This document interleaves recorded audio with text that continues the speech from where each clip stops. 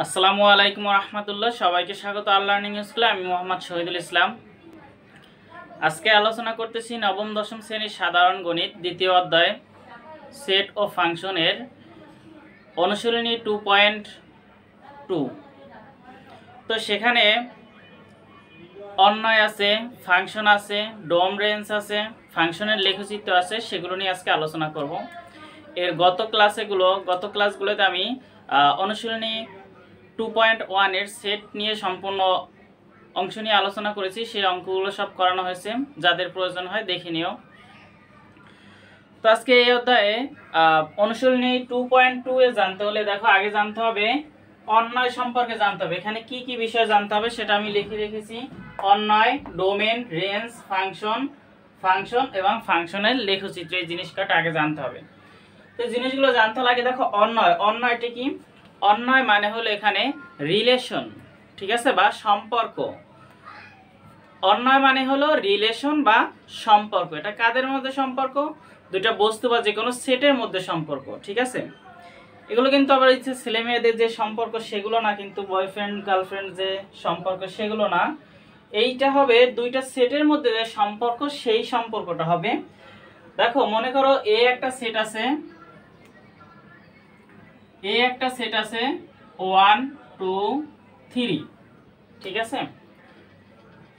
এরপরে বি একটা সেট আছে, মনে করো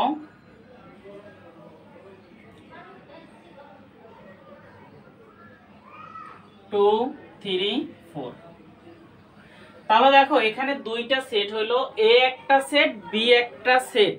এদের মধ্যে যে সম্পর্কটা আছে এটাকে বলা হয় অন্যয় বা সম্পর্ক, ঠিক আছে। আর এখানে আছে বি এর সাথে 3 সাথে সম্পর্ক, 3 এর সাথে 4 এর সাথে সম্পর্ক, ঠিক আছে। তো এইটা যদি আমরা একটা সূত্র বা এটা যদি আমরা একটা শর্ত আকারে লিখতে যাই, তাহলে দেখো আমরা কি এইভাবে লিখতে পারি y, আচ্ছা এই শর্তটা এইভাবে আসে না, দেখো x প্লাস 1 আসে। কিভাবে দেখো, এইখানে যদি আমি x এর মান 1 বসাই তাহলে 1 যোগ 1 তাহলে 2 আসলো। আচ্ছা এখানে যদি x এর মান আমি 2 বসাই তাহলে 2 যোগ 1 3 আসলো। এখানে যদি x এর মান আমি 3 বসাই তাহলে 3 যোগ 1 4 আসলো। তাহলে এটা যদি আমরা একটা সম্পর্কটা এইভাবে বিবেচনা করি যে y ইকুয়াল এইটা, ঠিক আছে, এই শর্তটা আমরা লিখতে পারি। তো এখন দেখো y, ঠিক আছে। এখন দেখো y x এর মান যখন 1 তখন এখানে 2 আসলো। আবার y ইকুয়াল x এর মান যখন 2 তখন এখানে 3 আসলো। আবার y ইকুয়াল x এর মান যখন 3 তখন y ইকুয়াল এখানে 4 আসলো, ঠিক আছে। তখন দেখো এই দুইটার মধ্যে সম্পর্কটা হলো কি, যখন দেখবা 1 আসছে তখন তার সাথে 2 এর সাথে সম্পর্ক আছে এখানে। এখন দেখো এইগুলো কি সবগুলো y। এখন এই y এর জায়গায় কোথায় কত মান হয়েছে সেটা কিন্তু সাধারণভাবে দেখে বোঝা যাচ্ছে না যে আমি এখানে y তে কত বসাইছি, এখানে কত বসাইছি, মানে x এর জায়গায় কত বসাইয়া আমি y এর মান পেয়েছি, ঠিক আছে। x এর মান কত বসাইয়ে y এর মান পেয়েছি সেটা কিন্তু জানা নাই। তো এখানে দেখো এটাকে লেখা যায় এইভাবে, যেমন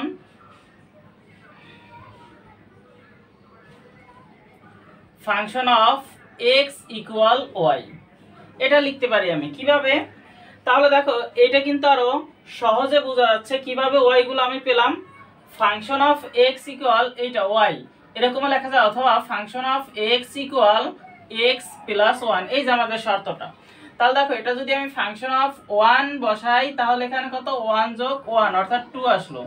এরপর ফাংশন অফ এখানে যদি 2 বসাই তাহলে 2 যোগ 1 তাহলে এখানে কত 3 আসলো। এরপর যদি ফাংশন অফ 3 বসানো হয় তাহলে এখানে 3 যোগ 1 তাহলে এখানে আসলো 4, ঠিক আছে। তো দেখো এইখানে সম্পর্কগুলো এইভাবে বিবেচনা করা হয়। তো ফাংশনের এ সেটের জন্য বি সেটের একটা মান পাওয়া যায়, এ সেটের উপাদানগুলোর জন্য বি সেটের কিছু কিছু উপাদান এগুলো পাওয়া যায়।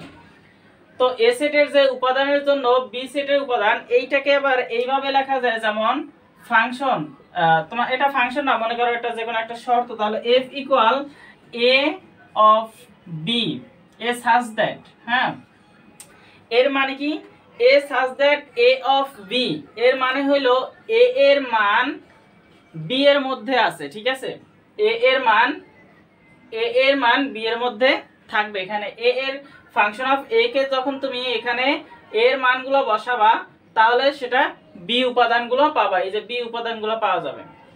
তাহলে এইটা হলো শর্ত। আর এই শর্তর এই যে এক্স, শুধু এক্স, এই এক্সটা হবে যেমন এক্স এর মান, এখানে কিন্তু এগুলো সব এক্স এর মান, 1 2 3 এগুলো আছে কিন্তু সব এক্স এর মান।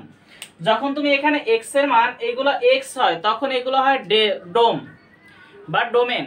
তো দেখো প্রথম স্থানাঙ্ক ডোমেন হবে কি, কোনো ফাংশনে বা কোনো অন্যায়ের, যেমন এখানে একটা সম্পর্ক আছে 2 3, এই একটা সম্পর্ক আছে, এই সম্পর্কের প্রথম স্থানাঙ্ক কোনটা, এইটা, এবং দ্বিতীয় স্থানাঙ্ক এইটা। তো প্রথম স্থানাঙ্ক আছে 2, তাহলে যদি আমি বলি এই অন্যায়টার মানে এইখানে অন্যায় বলতে কি 2 আর 3 এই দুটোর একটা সম্পর্ক আছে, তখন এই 2 কে যদি তখন এই 2 হবে কি, 2 হবে x এর স্থানাঙ্ক যেটা সেটা হবে ডোম, আর দ্বিতীয় স্থানাঙ্ক বা y এর স্থানাঙ্ক যেটা সেটা হবে রেঞ্জ। দেখো এখানে কিন্তু ফাংশন অফ x বসাইলে কিন্তু y পাওয়া যায়, ঠিক আছে। তাহলে x এর যে মানটা বসাবা, শুধু x এর মান, হ্যাঁ, শুধু এই x এর মানটা যেটা আমরা বসাবো সেটা কিন্তু হবে ডোমেন, শুধু x এর মানটা। তারপর এটা ক্যালকুলেশন করার পর এই শর্তে যে মানটা আসবে y এর মান অর্থাৎ যেটা, সেটা হবে কিন্তু রেঞ্জ। তাহলে এখান থেকে দেখো ফাংশন আর রেঞ্জের মধ্যে তেমন একটা পার্থক্য নাই, ফাংশন আর রেঞ্জ একই বলতে গেলে। ফাংশনের মধ্যে যে ডোমের মধ্যে দেখো এই যে দুইটা অন্যায় আর ফাংশনের মধ্যে তেমন একটা পার্থক্য নেই। তো ফাংশনের ক্ষেত্রে কিভাবে আসে, মনে করো এই যে এ এর উপাদানগুলো সবই কিন্তু বি এর মধ্যে আছে, ঠিক আছে। যদি এরকম একটা সেট হইতো যে এ একটা সেট 1 2 3 4, বি আর একটা সেট মনে করো 1 4 8 18, তাহলে এই দুইটা সেট দেখো, এই দুইটা সেটের মধ্যে কিন্তু এই যে 1 এর যদি বর্গ করি আছে, এটা যদি এরকম লিখি আমি y ইকুয়াল x স্কয়ার, তাহলে দেখো 1 এর স্কয়ারে 1 আছে, 2 এর স্কয়ারে 4 এটাও আসে, কিন্তু 3 এর স্কয়ারে 8 এটা কি আসে, 3 এর স্কয়ারে 8 এটা আসে না। তার মানে এটা কি, এই ফাংশন অফ x এর সাথে এটার কোনো সম্পর্ক নেই, তাহলে এইটার আর এইটার ডোমেন হবে না। এবার দেখো 4 স্কয়ার 16, কিন্তু এখানে আছে 18, এটাও হবে না, তার মানে এটা হবে না। তাহলে এখন দেখো x এর যে মানের জন্য, মানে এর যে মানের জন্য তুমি y এর মানগুলো পাইতেছো সেইগুলাই কিন্তু হবে ডোমেন আর রেঞ্জ হবে। তাহলে এখানে কিন্তু 8 আছে 3 আছে, মানে এগুলো কিন্তু কারোর সাথে কোনো সম্পর্ক গঠন করে নাই। তাহলে এইগুলো যেহেতু কারোর সাথে কোনো সম্পর্ক গঠন করে নাই, তাহলে এইগুলো তুমি এই মানগুলো নিতে পারবে না, ডোমেনেও নিতে পারবে না, রেঞ্জেও নিতে পারবে না। তাহলে এখানে তোমার ফাংশনে বা ডোমেন হবে 1 2 আর রেঞ্জ হবে 1 আর 4 হবে, ঠিক আছে। তাহলে গেল এই ডোমেন আর রেঞ্জ। আবার অন্য কথা এক কথা বলা যেতে পারে যে ডোমেন হবে কি, দুইটা মানে একটা অন্যয়ের x এর স্থানাঙ্ক হবে ডোমেন আর y এর স্থানাঙ্ক হবে রেঞ্জ, এরকম ভাবে বলতে পারো। অথবা এরকম বলতে পারো যে প্রথমটা হবে প্রথম উপাদানটা হবে ডোমেন আর দ্বিতীয় উপাদানটা হবে রেঞ্জ, ঠিক আছে। তাহলে হয়ে গেল ডোমেন, রেঞ্জ আর অন্যয় বলতে বুঝাইলাম যে কি রিলেশন বা দুইটা সেটের মধ্যে সম্পর্ক যেগুলো, ঠিক আছে। যেমন মনে করো যদি এরকম একটা সেট বলি আমি, একটা বাস্তব যদি একটা উদাহরণ দিই, যেমন মনে করো এখানে কি আছে, ঢাকা, ঢাকা, আর একটা হলো মনে করো ভারত, বাংলাদেশ, ভারত,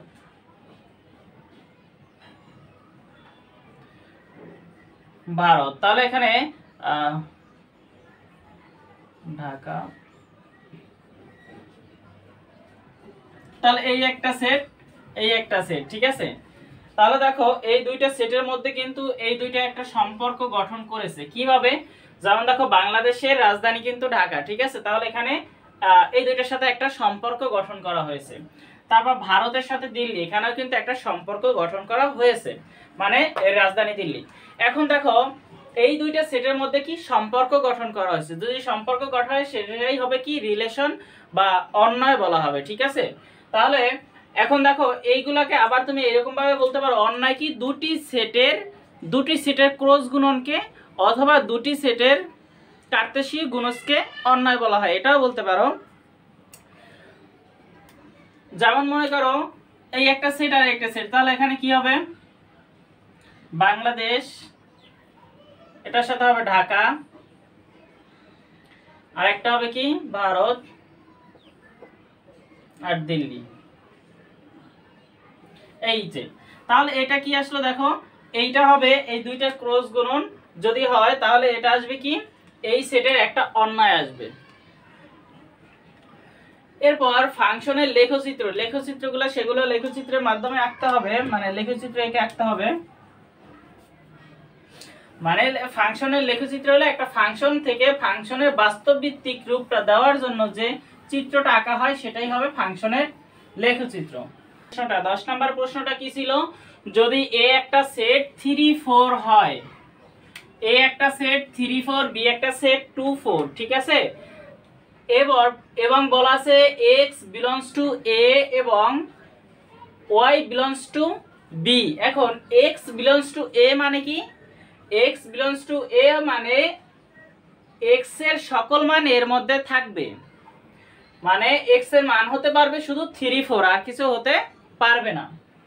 এরপর y belongs to b, অর্থাৎ এখানে b এর মান হতে পারবে শুধু 2 আর 4 হতে পারবে, আর কিছু হতে পারবে না। তাহলে এরকম যদি হয় তাহলে a ও b এর উপাদানগুলোর মধ্যে x বড় হবে y এর চেয়ে সম্পর্কটি বিবেচনা করে অন্যায়, মানে একটা সম্পর্ক তৈরি করতে বলা হয়েছে। তখন দেখো সেই সম্পর্কটাকে যদি আমরা ধরি r, তাহলে r ইকুয়াল কি হবে, এই দুইটার ক্রস গুণন হবে, এটাকে এরকম ভাবে লেখা হয় উপসেট আর কি। তাহলে এখানে a ক্রস b হবে। এখন দেখো a ক্রস b কি, a আর b এর সাথে ক্রস গুণন হবে, বা সেটাকে কার্তেশীয় গুণজ বলা হয়, ক্রস গুণন বা কার্তেশীয় গুণজ বলা হয়। তাহলে b আছে 2 4। তো এখন দেখো এটার সাথে কার্তেশীয় গুণজগুলো কিভাবে আসে, মানে 2 দ্বারা সবগুলোর সাথে হবে সম্পর্ক গঠন করবে, 3 দ্বারা এই যে 3 2 এবং 4 এর সাথে সম্পর্ক গঠন করবে, আবার এই যে 4 2 এবং 4 এর সাথে সম্পর্ক গঠন করবে। তাহলে 3 দ্বারা যদি 3 আর 2 এই একটা সম্পর্ক গঠন করলো, তারপর 3 4 এই একটা সম্পর্ক গঠন করলো, এরপর 4 2 এখানে একটা সম্পর্ক গঠন করা হয়েছে, এরপর 4 4 এখানে আরেকটা সম্পর্ক গঠন করা হয়েছে। তাহলে দেখো এখানে আর এর মানগুলো কি কি আসলো, এইগুলো আসলো, ঠিক আছে, a ক্রস b করার পরে। এখন দেখো আমাদের একটা শর্ত দিয়েছে কি, y এর চেয়ে x বড় হতে হবে। তাহলে দেখো তো এই শর্তটা মানছি কিনা, y এর চেয়ে x বড়, এখানে y আছে 2 x আছে 3, তার মানে এটা সঠিক। তারপর এখানে দেখো 3 y আছে 4 x আছে 3, তার মানে এটা সঠিক না। এরপর আবার কি আছে 2 4, এখানে কি হবে 2 4 আছে এখানে, তাহলে দেখো যদি 2 4 থাকে 2 এর চেয়ে 4 বড় হবে, এটা বলা আছে, তার মানে এখানে y এর চেয়ে x বড় হয়েছে, এটা সঠিক। আর এটা আছে সমান, তার মানে এটা হবে না। তাহলে দেখো এখানে কি কি হইল না, 4 আর 2 হইল না, এবং আর কোন উপাদানটা হলো না, 4 এবং 4 এই উপাদানটা হইল না। সুতরাং এরকম করি, তাহলে এখানে দেখো কি আসতেছে, সুতরাং আর এর যে সম্পর্ক সেটা হবে কি 3 2 আর একটা হবে 4 2।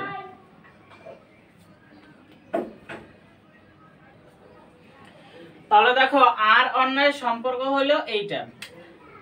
এখানে যে প্রশ্নটা বলছিল যে অন্যায়টি নির্ণয় কর, তাহলে অন্যায়টি হবে কি আর ইকুয়াল এই দুটো হবে। তো আমরা এই দুইটা নিতে পারলাম না, কেন নিতে পারলাম না, এখানে বলা ছিল একটা শর্ত দেওয়া ছিল, যে শর্তটা কি y এর চেয়ে x বড় হতে হবে, এটাও বড় না আর এটাও বড় না, এই কারণে এটা নেওয়া যায়নি। তারপর 2 নাম্বার 11 নম্বর প্রশ্নটা দেখো। তাহলে দেখো যে পরের প্রশ্নটা 11 নম্বর প্রশ্নটা কি দেওয়া ছিল, যদি সি ইকুয়াল একটা সেট দেওয়া আছে 2 5, ডি ইকুয়াল দেওয়া আছে 4 5 7 4 6 7, এরপর বলা আছে x বিলংস টু সি, অর্থাৎ x এর মান হবে সি এর মধ্যে যেগুলো আছে সেগুলো। তো দেখো সি এর মধ্যে কি কি আছে 2 আর 5, অর্থাৎ x এর মান 2 আর 5 হতে পারবে, এর চেয়ে বেশি বা অন্য কিছু হতে পারবে না। এরপরে y এর মান এখানে কি আছে, মানে এখানে বলছে y d এর মধ্যে আছে, x বিলংস টু d মানে y এর সকল মান d এর মধ্যে থাকবে। তাহলে d আছে 4 5 6, তাহলে এখানে তোমার y এর মানগুলো হতে পারবে 4 6 7। তো হয় তবে c ও d এর উপাদানগুলোর মধ্যে x প্লাস 1 y এর চেয়ে বড় হবে, y এর চেয়ে ছোট হবে, সম্পর্কটি বিবেচনা করো। তাহলে দেখো এখানে আমাদের সেটগুলো কি কি দেওয়া আছে, c ইকুয়াল 2 আর 5 দেওয়া আছে একটা সেট, আর d একটা সেট দেওয়া আছে 4 6 7, এটা। তো আমরা জানি রিলেশনটা কি বা সম্পর্কটা করতে গেলে তাদের ক্রস গুণন করতে হবে। তাহলে ক্রস গুণন বা কার্তেশীয় গুণন, তাহলে c ক্রস d কি আসবে বলো তো, c ক্রস d আসবে c আছে 2 5, আর এটার সাথে ক্রস গুণন d, d আছে 4 6 7। তো এটা ক্রস গুণনটা বলতে বা কার্তেশীয় গুণজ বলতে সেটাকে বোঝায় একটার সাথে আরেকটা সম্পর্ক। এটা কিন্তু এই যে বীজগণিতে যেরকম গুণ করো ওইভাবে গুণ না, যেমন যে 4 2 8 এরকম কিন্তু হবে না, এটা মানে একটার সাথে আরেকটা সম্পর্ক বিবেচনা করা। তাহলে এখানে দেখো 2 এর সাথে 4 এর সম্পর্ক, আবার 2 এর সাথে 6 এর, আবার 2 এর সাথে 7 এর, এরকম একটা সম্পর্ক গঠন করবে। 2 এর সাথে 4 এর একটা সম্পর্ক হবে, 2 এর সাথে 6 এর একটা সম্পর্ক গঠন, আর 2 এর সাথে 7 এর একটা সম্পর্ক গঠন হইলো। এরপর একই রকম 5 দ্বারা আবার সবগুলোর সাথে একটা একটা সম্পর্ক গঠন হবে, 5 4 5 6 5 7। তাহলে এই সম্পর্কগুলো হলো।